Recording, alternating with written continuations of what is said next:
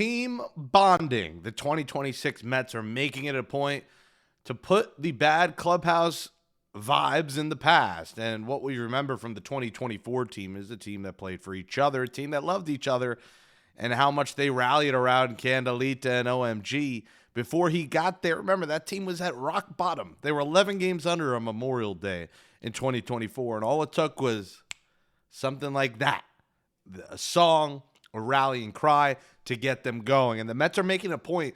Let's from the start. And I know it doesn't sound like a big deal that they organize a team bonding mini golf event on Wednesday night. Lindor, Soto, Peterson, Holmes, Peralta organizing that. And I think Lindor, Soto obviously being the key names in that for their chilling relationship that they have. But, you need to hear these kind of things. Marcus Semien is famous for getting guys together on the road and getting some beers or getting dinner. This team needs to play for each other. Like, they have all the pieces to potentially go out there and take on the Dodgers and see what happens and fight for a ring. But it's going to take a band of brothers, and it's not going to take 26 individual players. It's going to take a team unit. And things like this they're good signs. And maybe you don't think it's a big deal, and I get it, but there's an human element to this game, and I think now more than ever, folks, because these guys see the tweets. Juan Soto sees the Instagram DMs and then posts you tag him in. He saw the post we talked about him. I did in my Sports IQ trivia the other day. He sees it. These guys read it, and sometimes they read it, and it affects them mentally. They're human just like us, and you might think, oh, they're making $40 million. Who cares? But they're still human beings.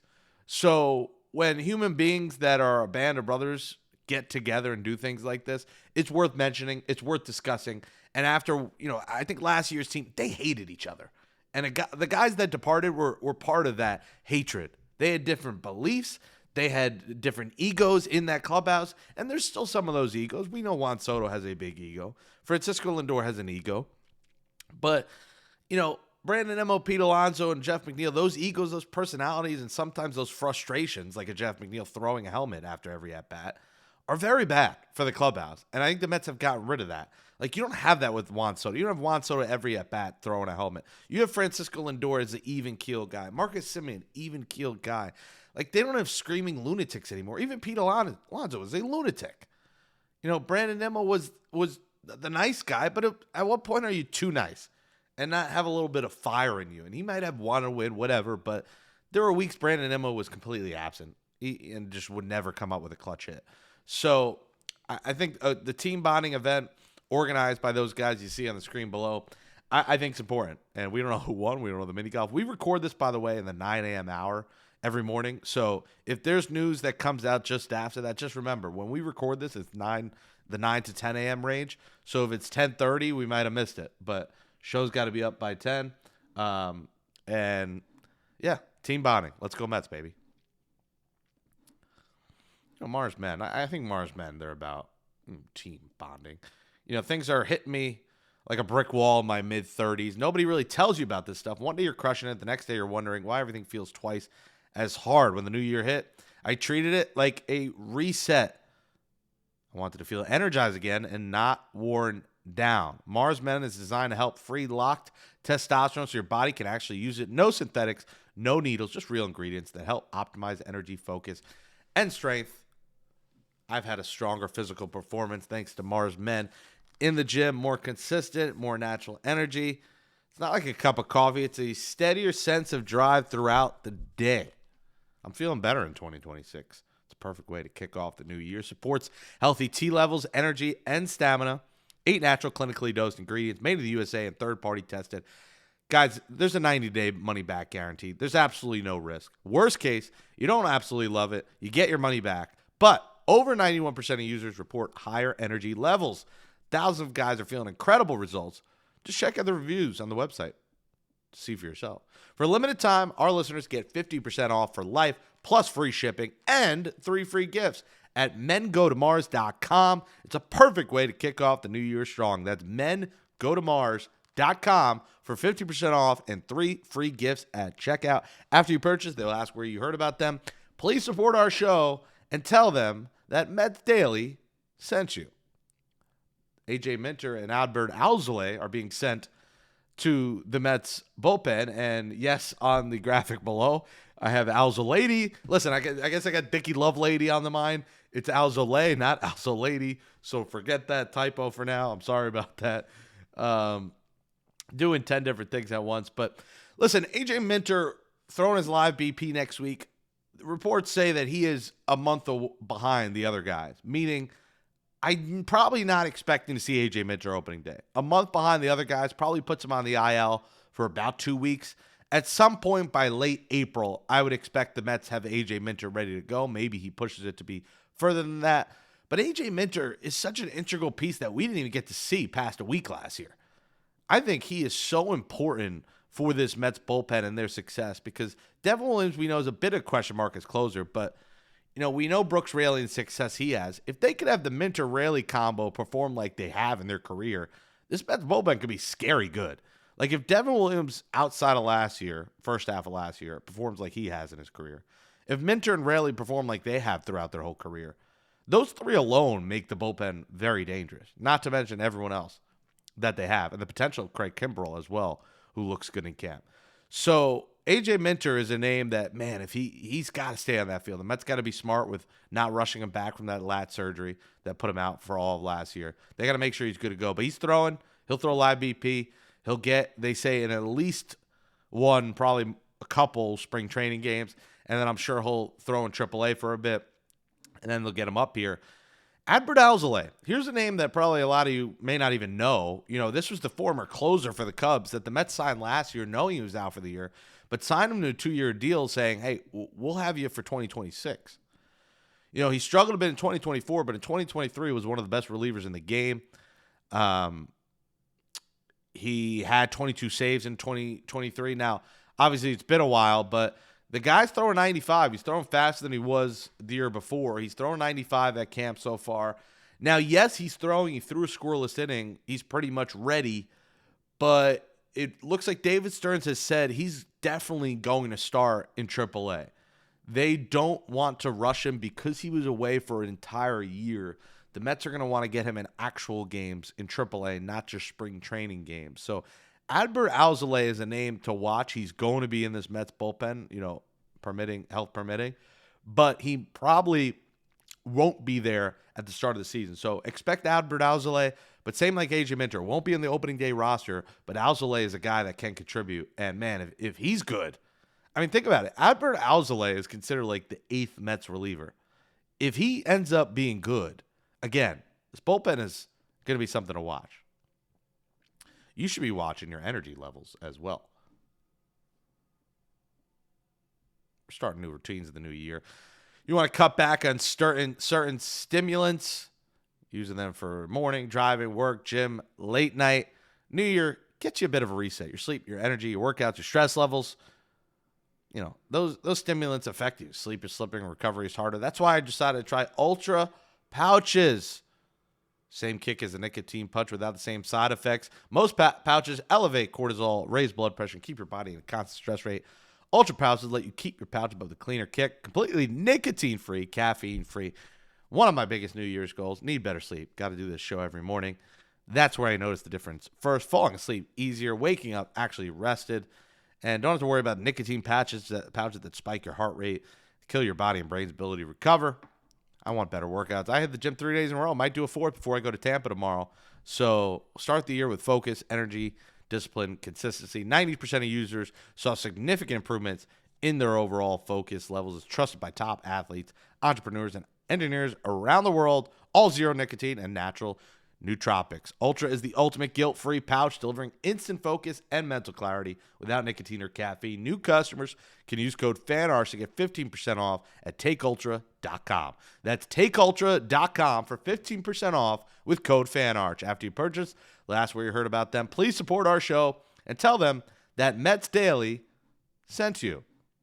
Carson Benge might be sent to the opening day roster if he keeps hitting like he did on Wednesday. We talked about the right field competition, but wanted to dive a little bit into Benge and something that he said that kind of fired me up, not going to lie. 3 for 3.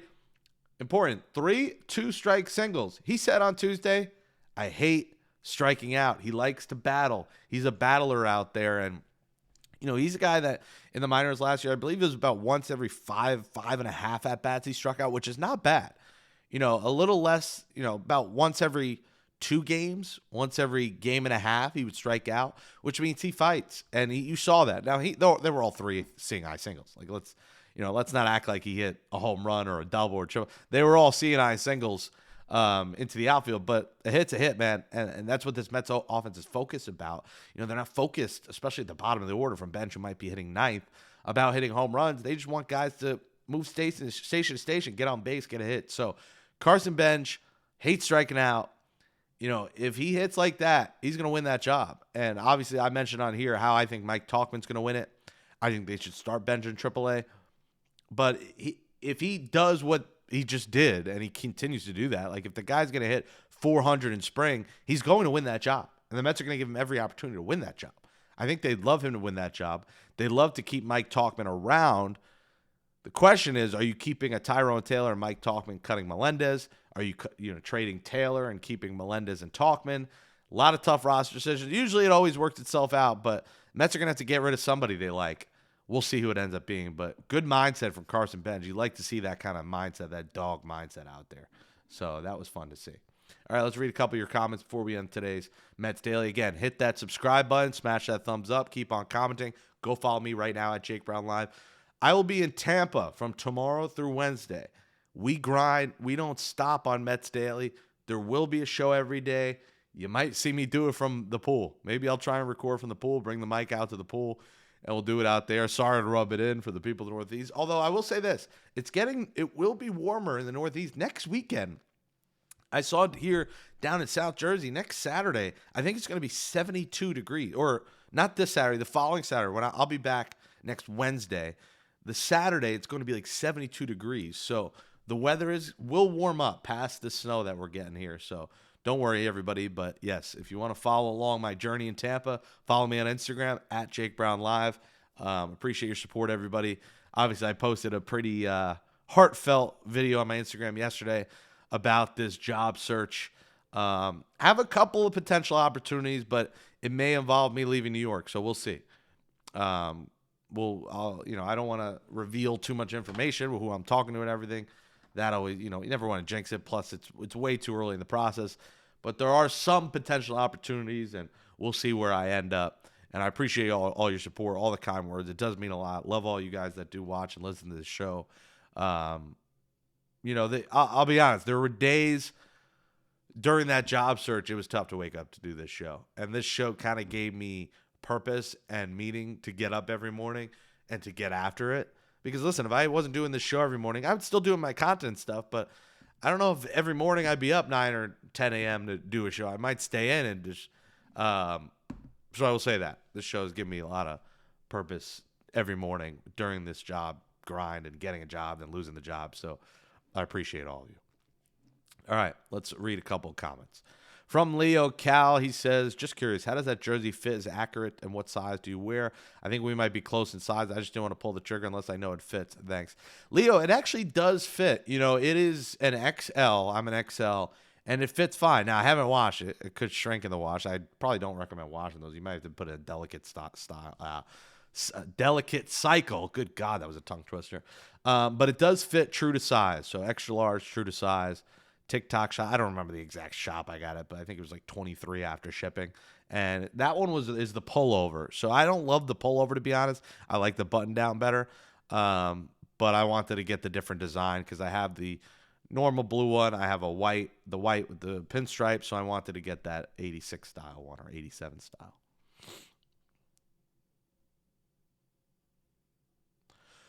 Wim Quill, for people who don't know, you should explain what the options are for players when they get called up and then they go back down. Yeah, I will do that, Wim. I'm not going to do that right now, but I will do a day where we explain options. But what the Ronnie Mauricio option means, an option is a option year. So the Mets did not use up Ronnie Mauricio's option year by keeping him on the roster last year, which hurt his development.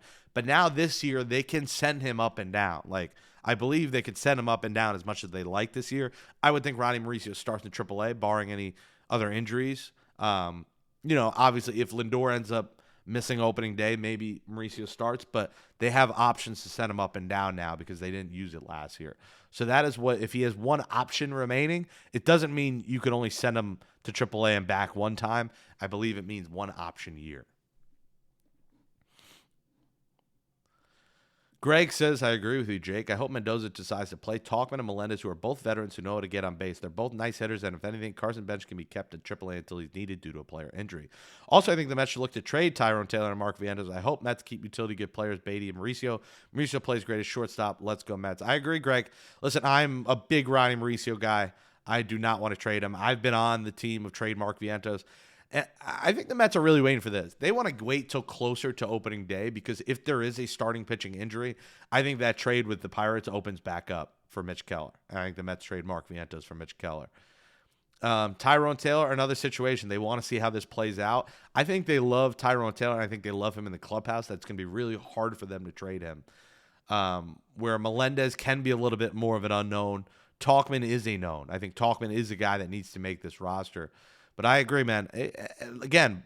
The caveat is if Carson Benge hits 400, you have to start him opening day. Like, if he wins his place on this roster, he deserves it. He's going to be that guy. And I think you're fine with that. I'm not going to be mad if Carson Benge starts opening day. It's going to be, we got our number one guy. Let's see what he's got. But I don't think the Mets want to mentally mess with Benge where you have him up. He plays in the cold April games. He stinks it up. He hits 100. You got to send him down. Remember, Brett Beatty stunk it up early. They had to send him down. And maybe that messed with Beatty's confidence and development.